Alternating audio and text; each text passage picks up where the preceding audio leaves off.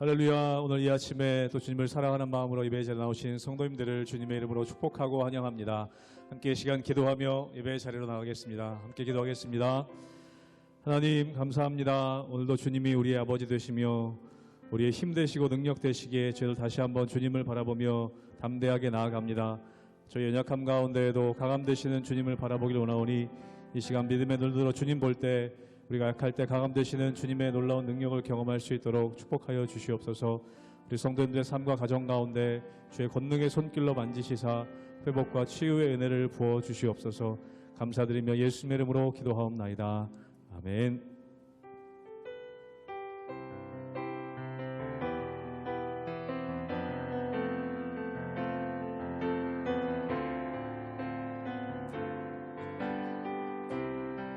사랑하는 나의 아버지, 사랑하는 나의 아버지, 이름 높여드립니다.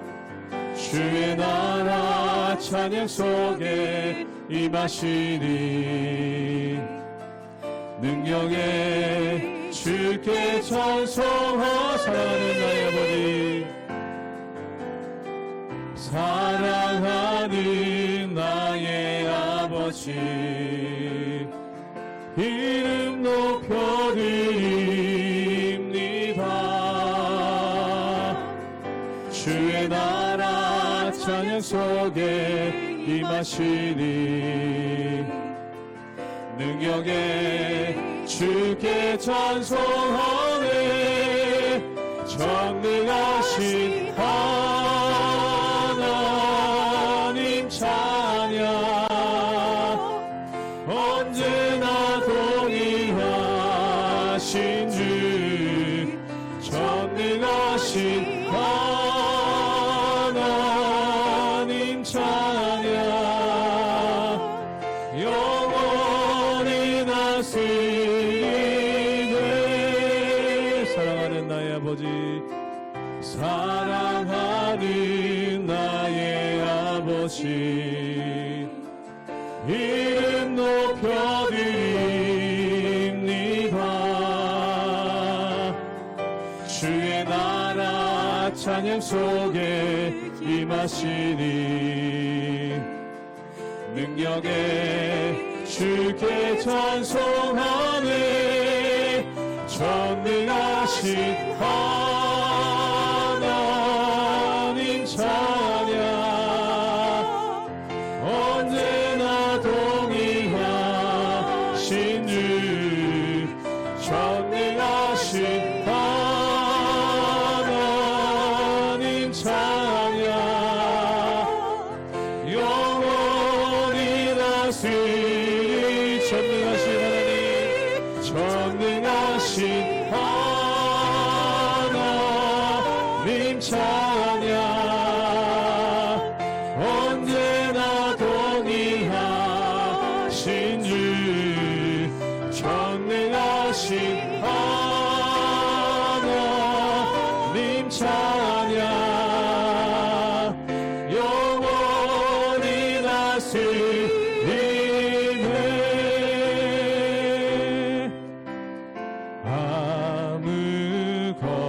아무것도 두려워 말라.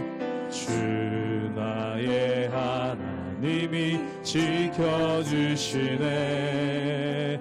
놀라지 마라, 겁내지 마라. 주님 나를 지켜주시네. 아무것도 두려워 말라. 아무것도 두려워 말라. 주 나의 하나님이 지켜주시네. 놀라지 마라, 겁내지 마라. 주님 나를 지켜주시네. 내 맘이 힘에 겨워, 내 맘이 힘에 겨워 지칠지라도 주님 나를 지켜주시네.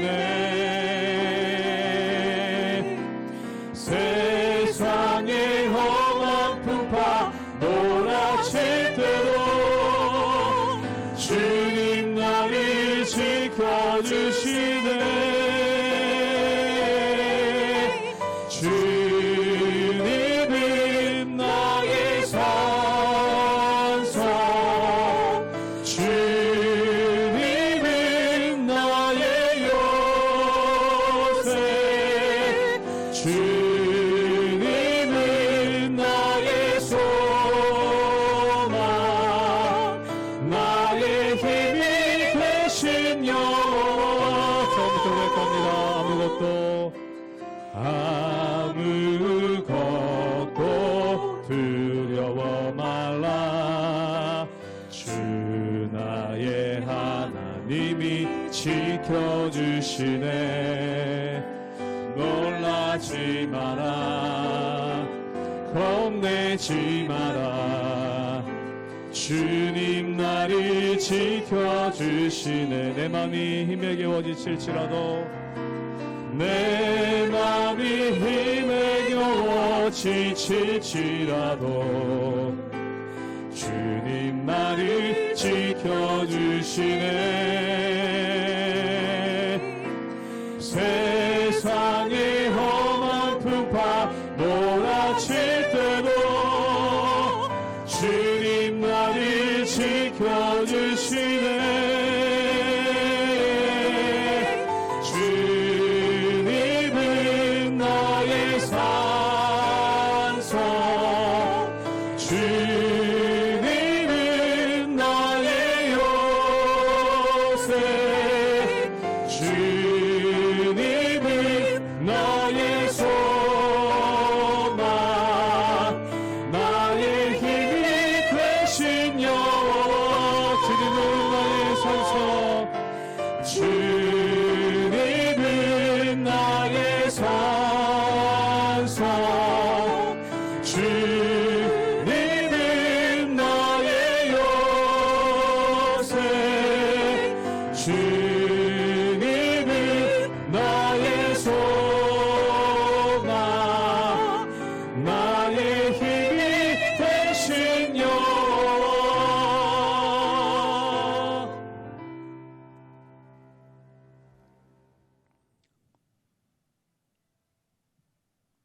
할렐루야. 우리 하나님의 은혜와 평강이 우리 성도님들 삶 가운데 날마다 가득하시기를 주님의 이름으로 축원합니다. 이 민수기의 마지막 부분에 보면은 율법에 대해서, 특별히 제사 제도에 대해서 다시 한번 언급하고 있습니다. 그럼 이 제사 제도를 통해서 우리에게 주시는 것이 무엇일까요? 바로 하나님의 은혜를 기억하라는 것입니다.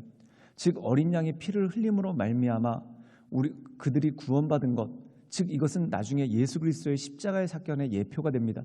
결국 예수 그리스도의 십자가의 사건을 통해서 우리에게 주시고자 하는 메시지가 무엇입니까? 바로 하나님의 은혜라는 것이죠. 우리를 사랑함으로 말미암아 우리를 구원하시기 원하시는 하나님의 은혜, 그것을 이 여러 제사 제도를 통해서 깨닫게 된다는 것입니다. 그렇다면 이 제사의 제도를 통해서 알게 된 사람들이 어떤 삶을 살아야 되는가? 은혜를 깨달은 사람은 그들의 삶에서 무엇이 배어나올까요? 바로 거룩이 배어나오죠. 이 거룩은 바로 온전한 삶이라는 것입니다. 즉 은혜를 아는 사람만이 온전한 삶을 살아갈 수 있는 능력이 그 가운데 주어지는 것이죠. 오늘 말씀 가운데 보면은 온전한 삶이 무엇인가, 즉 제사에 대해서 언급을 하고 난 다음에 온전한 삶에 대해서 우리에게 언급하고 있는 것을 보게 됩니다. 사랑하는 여러분, 우리가 신앙생활을 하는 이유는 무엇일까요? 어떤 종교적인 의식을 따지기 위해서 가는 것, 이것은 경건의 모양만 취하는 것입니다. 즉 우리가 예배를 통해, 말씀을 통해, 기도를 통해, 또한 교회의 여러 가지 봉사를 통해 하나님의 은혜를 깨닫는 것입니다. 그리고 그것으로 끝나는 것이 아니라 우리의 삶의 자리에서 거룩한 삶의 모습으로서 하나님께 영광 올려드리고 또한 하나님을 증거하는 그러한 삶이 우리에게 주어진다는 것이죠. 그러므로 사랑하는 여러분, 우리가 여러 예배와 또한 신앙생활을 통해 하나님의 은혜를 깨닫고 또한 그것으로 말미암아 이 세상에 나가 거룩함으로 하나님의 큰 은혜를 드러내는 그런 감사하는 삶을 살아가시는 우리 모든 성도님들 되시기를 주님의 이름으로 축원합니다. 민수기 30장 말씀입니다. 모세가 이스라엘 자손 지파의 수령들에게 말하여 이르되 여호와의 명령이 이러하니라. 사람이 여호와께 서원하였거나 결심하고 소약하였으면 깨뜨리지 말고 그가 입으로 말한 대로 다 이행할 것이니라. 또 여자가 만일 어려서 그 아버지 집에 있을 때 여호와께 서원한 일이나 스스로 결심하려고 한 일이 있다고 하자 그의 아버지가 그의 서원이나 그가 결심한 서약을 듣고도 그에게 아무 말이 없으면 그의 모든 서원을 행할 것이요 그가 결심한 서약을 지킬 것이니라. 그러나 그의 아버지가 그것을 듣는 날에 허락하지 아니하면 그의 서원과 결심한 서약을 이루지 못할 것이니 그의 아버지가 허락하지 아니하였은즉 여호와께서 사하시리라. 또 혹시 남편을 맞을 때 서원이나 결심한 서약을 경솔하게 그의 입술로 말하였으면 그의 남편이 그것을 듣고 그 듣는 날에 그에게 아무 말이 없으면 그 서원을 이행할 것이요 그가 결심한 서약을 지킬 것이니라. 그러나 그의 남편이 그것을 듣는 날에 허락하지 아니하면 그 서원과 결심하려고 경솔하게 입술로 말한 서약은 무효가 될 것이니 여호와께서 그 여자를 사하시리라. 과부나 이혼당한 여자의 서원이나 그가 결심한 모든 서약은 지킬 것이니라. 부녀가 혹시 그의 남편의 집에서 서원을 하였다든지 결심하고 서약을 하였다 하자 그의 남편이 그것을 듣고도 아무 말이 없고 금하지 않으면 그 서원은 다 이행할 것이요 그가 결심한 서약은 다 지킬 것이니라. 그러나 그의 남편이 그것을 듣는 날에 무효하게 하면 그 서원과 결심한 일에 대하여 입술로 말한 것을 아무것도 이루지 못하나니 그의 남편이 그것을 무효하게 하였은즉 여호와께서 그 부녀를 사하시느니라. 모든 서원과 마음을 자제하기로 한 모든 서약은 그의 남편이 그것을 지키게도 할 수 있고 무효하게도 할 수 있으니 그의 남편이 여러 날이 지나도록 말이 없으면 아내의 서원과 스스로 결심한 일을 지키게 하는 것이니 이는 그가 그것을 들을 때 그의 아내에게 아무 말도 아니하였으므로 지키게 됨이니라. 그러나 그의 남편이 들은 지 얼마 후에 그것을 무효하게 하면 그가 아내의 죄를 담당할 것이니라. 이는 여호와께서 모세에게 명령하신 규례니 남편이 아내에게 아버지가 자기 집에 있는 어린 딸에 대한 것이니라. 오늘 말씀 가운데 보면은 오늘 말씀은 제사에 관한 말씀이 아닙니다. 그럼 무엇에 관한 말씀이냐면 우리의 일상생활에 대한 말씀이 이 가운데 나와 있는 것을 보게 되죠. 그리고 일상생활에 대해서 하나를 언급하고 있는데 그게 뭐냐면 바로 서원에 관한 것입니다. 사랑하는 여러분, 서원이라는 것은 무엇일까요? 하나님께 내가 결단을 하는 것입니다. 즉 내가 이것을 하지 않겠습니다. 또한 이것을 하겠습니다 라고 결단하는 것, 이것이 바로 서원이라는 것이죠. 근데 오늘 말씀 가운데 보면은 이 서원이 개인의 신학의 영역으로 끝나는 것이 아니라 가정의 영역, 즉 공동체의 영역까지 영향을 미치게 된다는 것에 대해서 말씀하고 있습니다. 우리 함께 민수기 30장 8절의 말씀을 읽어볼까요? 제가 읽겠습니다. 그러나 그의 남편이 그것을 듣는 날에 허락하지 아니하면 그 서원과 결심하려고 경솔하게 입술을 말한 서약은 무효가 될 것이니 여호와께서 그 여자를 사하시리라. 오늘 말씀 가운데 보면은 한 가지 예를 들어서 설명하고 있습니다. 즉 어떤 여자가 있었습니다. 근데 그 여자가 너무나 받은 은혜가 크고 또한 너무나 받은 은혜가 감사해서 하나님께 서원을 했습니다. 예를 들자면 이런 것이죠. 이 여자가 하나님께서 주신 은혜가 너무 커서 큰 물질을 하나님께 예물로 드리기를, 헌금으로 드리기를 결단했다고 생각해 보십시오. 참 좋은 일입니다. 너무나 아름다운 일입니다. 근데 오늘 말씀 가운데 보면은 어떻게 나오냐면은 만약에 그 사람의 남편이 그 얘기를 듣고 그것을 허락하지 않았다. 그럼 어떻게 해야 되겠습니까? 이 여자가 하나님 앞에 내가 큰 예물을 드리겠습니다라고 서원을 했는데 남편이 그걸 허락하지 않아요. 그럼 이것을 어떻게 해야 되겠습니까? 근데 오늘 말씀 가운데 보면은 남편이 허락하지 않았으면은 그 서원을 철회해라. 그리고 그것이 용서를 받을 것이다. 하나님께서 그 여자를 사하실 것이다 라고 말씀하고 있습니다. 이것이 무엇일까요? 진정한 거룩은 뭐냐면 가족의 화목을 바탕으로 한다는 겁니다. 사랑하는 여러분, 만약에 이 여자가 받은 은혜가 너무 커서 하나님께 큰 예물을 드리기로 했습니다. 근데 남편이 허락하지 않는다. 근데 그럼에도 불구하고 하나님께 드린 약속이니까 내가 이걸 드리겠다. 그래서 가정에 불화가 일어난다. 그럼 하나님께서 그것을 기뻐하지 않으신다는 거예요. 사랑하는 여러분, 마태복음에도 보면 동일한 말씀이 나오죠. 누군가 하나님께 예물을 드리려다가 다른 사람과 불화한 일이 있으면은 먼저 그와 화목하라라고 말씀하고 있습니다. 그렇다면 이 의미는 무엇입니까? 하나님께 예물을 드리는데 그것이 불화의 요소가 될 때가 있다라는 거예요. 어떤 경우에는 가정에서 그런 일이 나올 때가 있고, 또 어떤 경우에는 어떤 사람에게 돈을 빌렸습니다. 그런데 그 사람한테 돈은 갚지 않고 내가 하나님께 예물을 드린다. 그럼 이게 절대 덕스럽지도 않고 은혜롭지도 않다는 것이죠.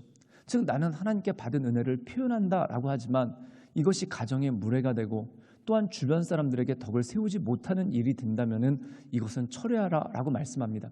그렇다면 남편이 허락하지 않으니까 영원히 드리지 말아라, 이 의미가 절대 아닌 것입니다.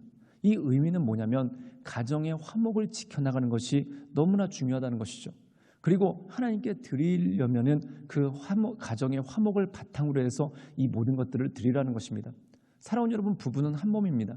그런데 일방적으로 할 수가 없는 것이죠. 즉 다시 말해서 협의하에 이 모든 것들이 가능해진다는 거예요. 즉 다시 말해서 하나님께서 기뻐하시는 삶이란 무엇입니까? 하나님께 예물을 드리고 서운을 지키는 것도 기뻐하시지만 더 중요한 것은 가정의 화목을 드러내는 것이 중요하다는 것이죠. 그렇다면 어떤 분들은 이런 생각을 하실 것입니다. 남편이 당신 교회 가지 마, 그러면은 남편의 뜻에 따라서 교회를 안 가는 게 맞는가? 그 의미가 아닙니다. 그 의미는 뭐냐면 당신의 거룩함으로 말미암아, 그래서 베드로 전서에서는 이렇게 고백하고 있습니다. 당신의 거룩함으로 말미암아 그것이 남편에게 증거가 되게 하라. 즉 다시 말해서 어떤 것들을 할 때 내 삶의 거룩함이 배어나와서 그것이 내 남편에게 증거가 되게 하고 내 가족에게 증거가 되게 하고 또한 내 삶의 자리에서 그것이 증거가 되게 해서 그들을 하나님께로 이끌어가는, 그래서 사도행전 16장에 보면은 주 예수를 믿으라, 그러면 너와 내 집이 구원을 얻으리라 라고 말씀하고 있습니다. 즉 내가 은혜를 받은 사람으로서 감사하는 삶을 살아가며 거룩을 드러낸다면 그것이 내 삶 가운데 선한 증거가 되어서 그들을 하나님께로 이끌어 들어갈 수 있는 능력이 그 가운데 있다라는 것이죠. 우리 함께 민수기 30장 11절의 말씀을 보겠습니다. 제가 읽겠습니다. 그의 남편이 그것을 듣고도 아무 말이 없고 금하지 않으면 그 서원은 다 이행할 것이요 그가 결심한 서약은 다 지킬 것이라. 즉 서원을 지킬 때 남편의 동의하게 하고 그리고 남편과 함께 더불어 이 모든 것을 같이 하라는 것입니다. 예를 들어서 이런 것이 있습니다. 나는 100만큼을 하나님께 드리고 싶은데 남편은 50만큼 드리고 싶다. 그러면 그것에 대해서 당신 믿음 없다라고 정지하지 말고 그와 협의를 하라는 것이죠. 즉 남편도 만족하고 아내도 만족할 수 있는 그 선에서 나가는 건데, 사랑하는 여러분, 결국 맞춰주는 것이 무엇입니까? 어른이 어린아이에게 맞춰줘야 된다는 겁니다. 그 이유는 뭐냐면 어린아이는 어른을 따라올 수 없기 때문에 그렇다는 것이죠. 그러니까 믿음 없는 자들을 정죄하지 말고 그들에게 맞춰주고 또한 그들이 하나님의 은혜 가운데 설 수 있도록 양육하고 가르치는 것, 또한 그들을 위해 기도하는 것, 이것이야말로 너무나 중요하고 필요한 의무 아니겠습니까? 즉 하나님께 서원해서 드리는 것 참 중요한 일입니다. 그런데 그것이 어떤 일방적인 것으로 되는 것이 아니라 우리 가족 공동체가 하나님께 온전함으로 드릴 수 있도록 그 모든 것들을 하나님께 드리고 또한 하나님께서 기뻐하시는 삶의 모습을 살아가는 것, 이것이 바로 거룩이고 로마서 12장에 나온 것처럼 하나님께 드릴 영적 제사, 즉 거룩한 산제사, 이것이 바로 우리의 영적 예배고 하나님께서 기뻐하시는 삶의 모습이라는 거죠. 그러므로 사랑하는 여러분, 하나님께서 기뻐하시는 믿음의 사람으로 날마다 서나가기 위해 헌신하시고 주 앞에 나가시고 주 앞에 엎드리시는 우리 모든 성도님들 되시기를 주님의 이름으로 축원합니다. 함께 기도하시겠습니다. 사랑의 마하신 주님, 날마다 우리가 주님을 높이며 주님을 경배하며 하나님의 크신 은혜의 보좌 앞으로 나갑니다. 주여 우리를 날마다 새롭게 하시고 주여 날마다 우리를 온전케 하셔서 오직 주님만을 섬기며 주님만을 높이며 하나님의 그 크신 은혜 가운데 날마다 우리가 걸어갈 수 있도록 주여 도와주시고 주님 역사하여 주시옵소서. 주님께 모든 것 의탁드리오며 살아서 역사하시는 주 예수 그리스도의 이름으로 감사하며 기도드리옵나이다. 아멘.